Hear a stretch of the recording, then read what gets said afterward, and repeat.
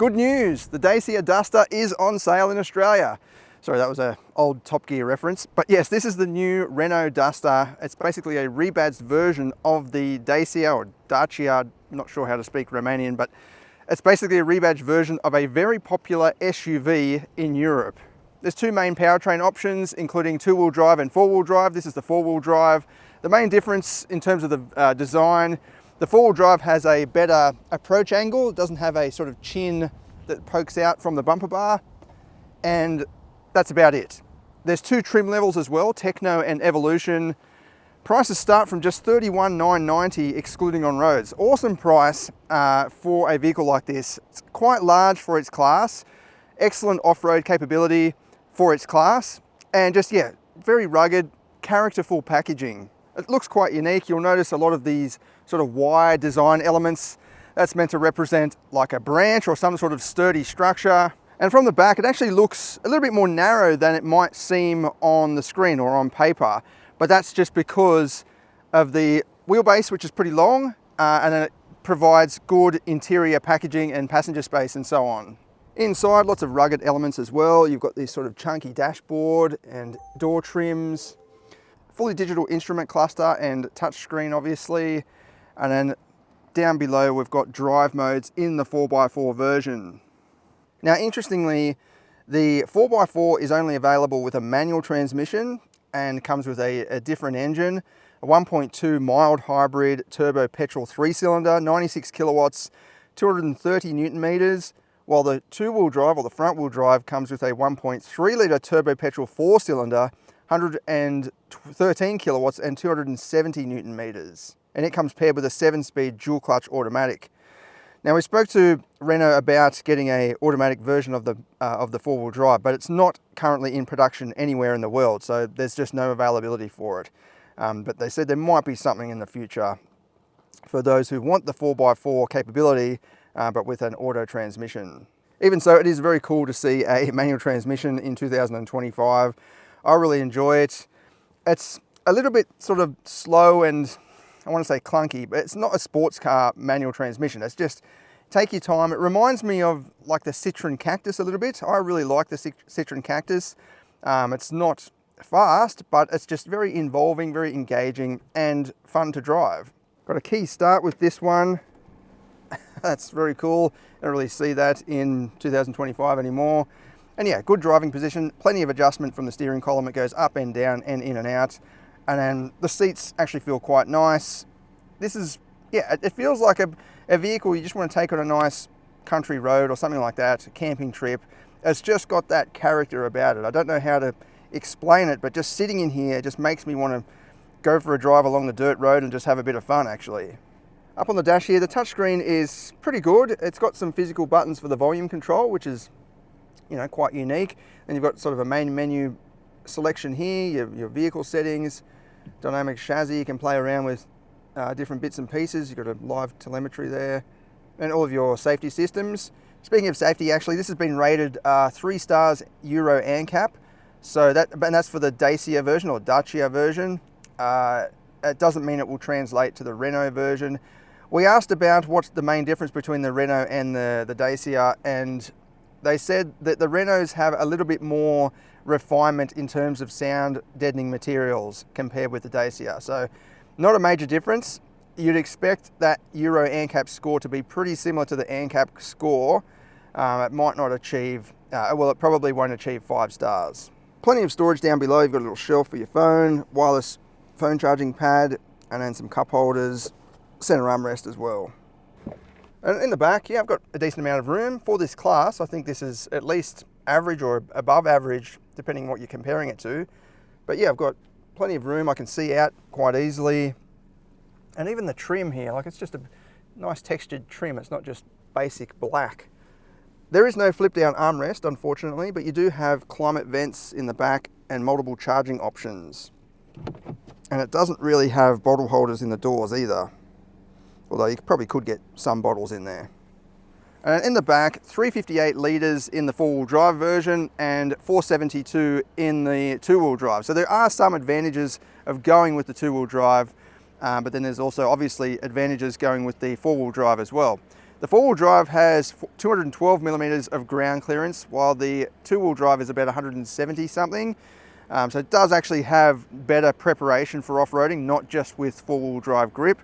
But yeah, you're missing out on the boot space and you're missing out on the automatic transmission. Good to see a full-size spare wheel under there as well. All right, we'll go for a drive. We're at Lang Lang Proving Ground. We've got some exercises we're doing. I can't just sort of free roam and do whatever I want, but I'm going to try and do some 0 to 100 times. But we've got some off-road courses we're going to do, and then a bit of an on-road loop as well, country road and dirt roads, just to give you a bit of a preview of what this thing is like. And I'll try and book one in the future for a full test and maybe even a four-wheel drive test. Okay, first things first, 0 to 100. Sorry, the camera's on a bit of an angle there. It's the best I can do. We're in the two-wheel drive model first. Let's see what it can do. This does have a dual clutch transmission, so I'll have to, what I usually find with dual clutch transmissions, unless they have launch control, you can't really brake hold it because the clutches will want to engage. So what I do to get the best time is like literally touch the accelerator on the brake just for a split second, just to initially engage the clutch packs, and then jump off the brake pedal straight away, and that way the V-box starts timing the second the vehicle starts to move. But yeah, you can't really brake hold a dual clutch transmission unless it has a proper launch control system.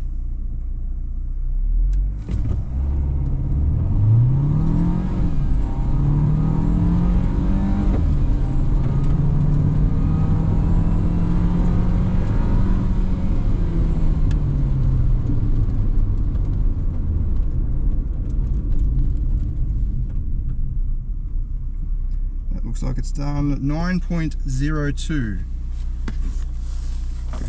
See that? I'll try it again without doing the sort of brake hold.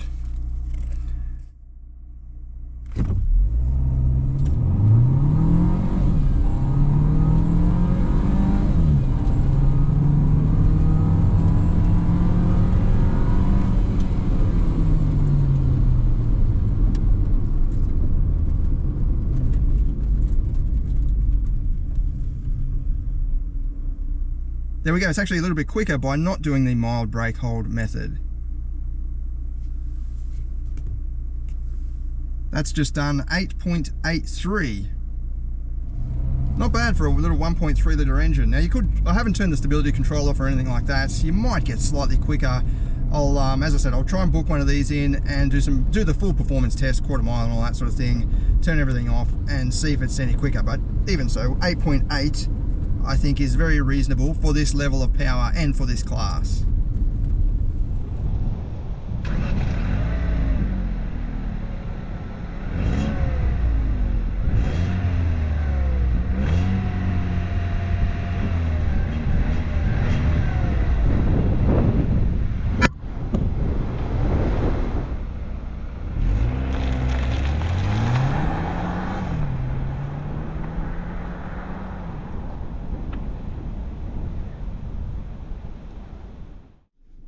Okay, now in the manual,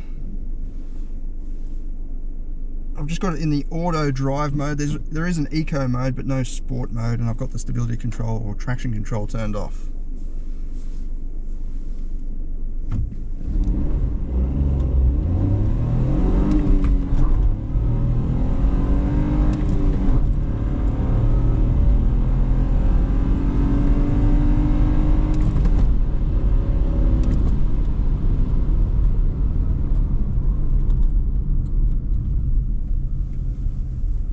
Looks like it's done 12.3.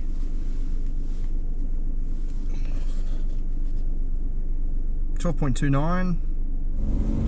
I'll give it another run, but with these engines I find that, you know, over revving doesn't do much, but also you don't want it to bog down, so you've got to keep the revs kind of in a sweet spot right in the middle.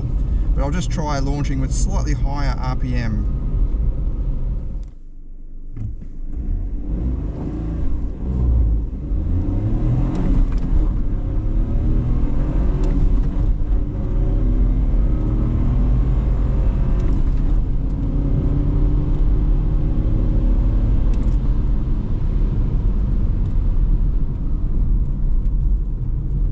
With traction control on, actually I forgot to turn it off for that second run, but It has improved the time a little bit. It's done 11.9 or 11.94. Yeah, so it's not as quick as the automatic, as you'd expect. Yeah, so this isn't really set up for acceleration runs, but that time, 11.9, sounds pretty slow, or it seems pretty slow against other 0 to 100 times, but it doesn't really give you the full idea of how it is once you're going. So in-gear acceleration and overtaking and all that is better than what 11.9 would suggest, if that makes sense. But yeah, that was with stability control on that time. You might get a quicker result if you sat here all day. With manuals, I always get a different time, I find, because it's just got to do with that clutch grab point and how much revs you're using, and you've got to be very precise to try and get a very consistent time. But within the range of sort of 11.5 to 12.5 seems reasonable.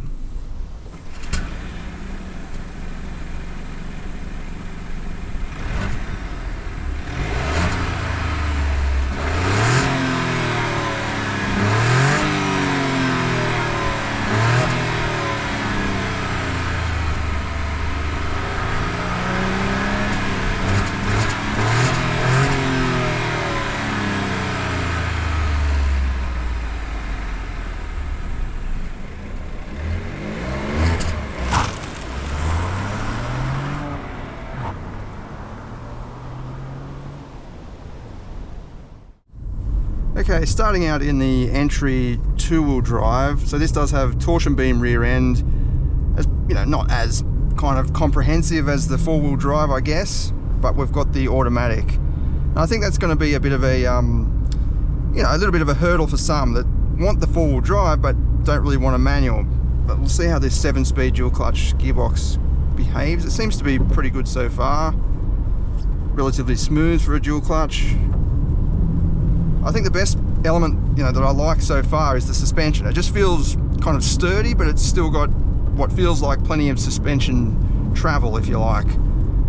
That's what it's known for overseas, you know, just a real good cross-country kind of tourer. And even though the suspension is, you know, fairly tall, this does feature, you know, mild off-road style tyres. It's actually handling pretty good as well. Like, it feels playful, feels like you could take this for a nice family road trip or something like that. Just slow down a bit and just check out the sort of kick down performance. That's 60 kilometers an hour, full throttle.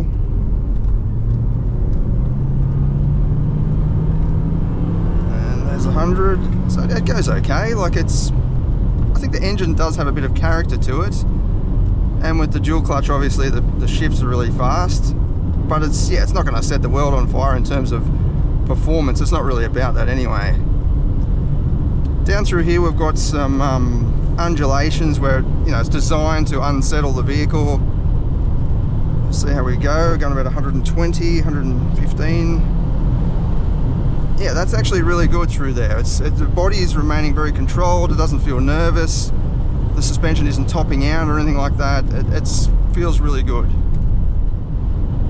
So just up here we're going to go onto the dirt and just see how it behaves, just on like a typical sort of Aussie dirt road, a few little bumps and so on, and then later on we'll check out the off-road performance as well. So even though this is two-wheel drive, front-wheel drive, it's still got the clearances. As I said before, the ground clearance is a bit lower in this, but it's more than enough to take on, you know, the odd dirt road to a camping site or something like that. And it's more than what you get in many of the sort of crossover rivals. So yeah, you can drive along the road like this and not have to worry about scrubbing out the bottom end.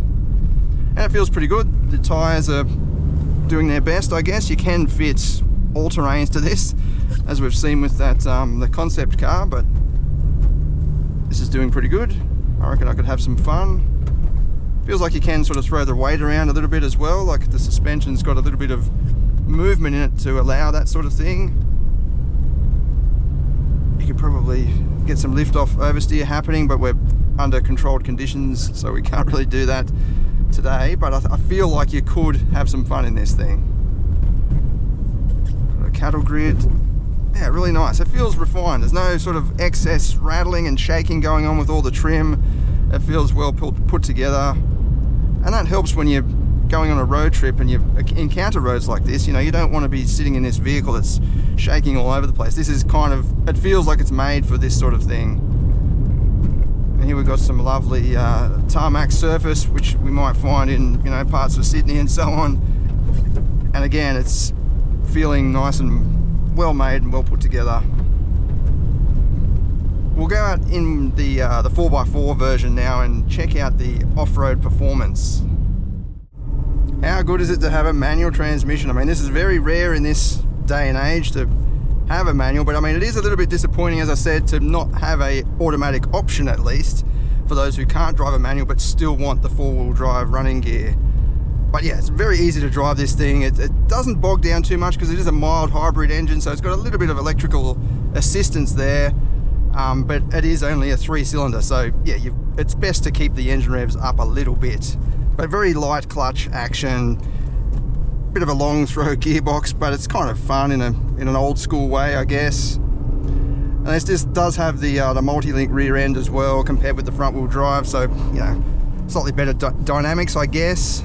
But it's more about, yeah, if you're going to go off-road. If you're not going to go off-road, then probably best with the automatic front wheel drive, because yeah, there's no major benefit. Fuel economy is a little bit better in the manual actually. It's 5.7 litres per 100 compared with 6.5 in the automatic, and it's a little bit heavier as well. And as I said, the boot space is just a little bit smaller in the four-wheel drive because it's got a rear differential, obviously. Seems to have pretty good pull actually. It's not, even though it is only a little engine with the 3 cylinders, you know, it seems like it might not have that much torque, but 5th gear, it's picking up okay. We're going 110, you know, that's the national speed limit, so it's not too bad. It's not as sluggish as it might seem on paper. In terms of the handling though, it feels similar to the front wheel drive. It's just a tiny bit heavier. You can feel that a tiny bit. It might make it feel a little bit more settled maybe. We'll go over these undulations up here and just see what it feels like. But as we saw with the front wheel drive, it actually has really good body control and doesn't bounce around too much, even though it does have, or it seems like it has, a decent amount of wheel travel available. So when you're off-roading, for example. I'll just give these guys a little bit of space up here. So this is a typical sort of country road surface, a few bumps while going around a corner. It's great for unsettling vehicles. That's what this proving ground was designed for. And yeah, as we come down here, we'll see how it goes. I'll pick up the speed to about 120 like in the other vehicle. Yeah, that's fine. Like, I've driven vehicles down that road and they've bounced around quite a lot more than that. You know, and this is sort of pitched as a off-road style of crossover, so I think they've done very well with the suspension. That's going to suit Australian roads, because this is typically what we have, you know, in a majority of Australia, just pretty ordinary, patchy, ripply tarmac. I'll just show you the sort of acceleration in gear. We'll slow down a little bit. Back to second. Yeah, there's a decent throw with the gear shifter, but this is not a sports car, it's a full throttle. Doesn't rev heaps high. Seems to have most of its energy in the mid-range really, and even a little bit lower than the mid-range, but not too low, otherwise yeah, you'll start to bog it down as per typical with 3 cylinders. But yeah, 3rd gear, look at that, I'm just giving it about half throttle and it's just starting to pull and starting to pick up. It's fun, you know, that's probably the main aspect of the manual. If you like driving, then you'll enjoy interacting with this gearbox. You live in the city, then yeah, it might be a bit cumbersome as per usual with any manual transmission. So this is, you know, a pretty serious little off-road track for this style of vehicle, and I don't think many buyers of small SUVs are going to want to take on, you know, much more serious than this, but with the all-terrain tyres, this is going through fine. I think the clearances are what are mainly impressive. Like, this is not scrubbing out at all, even though there are pretty steep little undulations and bumps and so on, and it's getting through no problem, and it is soaking wet as well, so the all-wheel drive system is obviously helping out. I do have it in the sort of lock mode. I'll flash up any specs that I can find, but as far as I know, that kind of just forces all-wheel drive, rather than, you know, it's not a locking differential or anything like that I know of, but I'll flash up any official specs that I can find. Either way, it's doing just fine through here.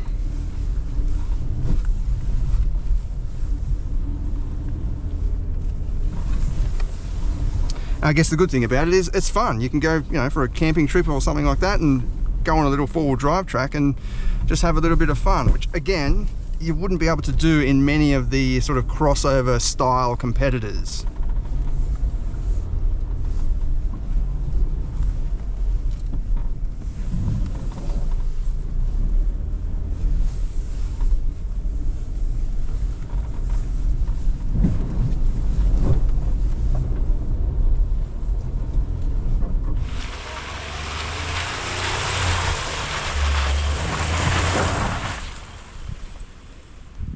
Yeah, for a new model in Australia, this is a fun little SUV. It seems to be pretty well made, offers decent features, and you've got that option for auto and manual and two-wheel drive and all-wheel drive. The price is also surprisingly low for a European vehicle. For more details and specs, you can check out the full written review linked in the description of this video.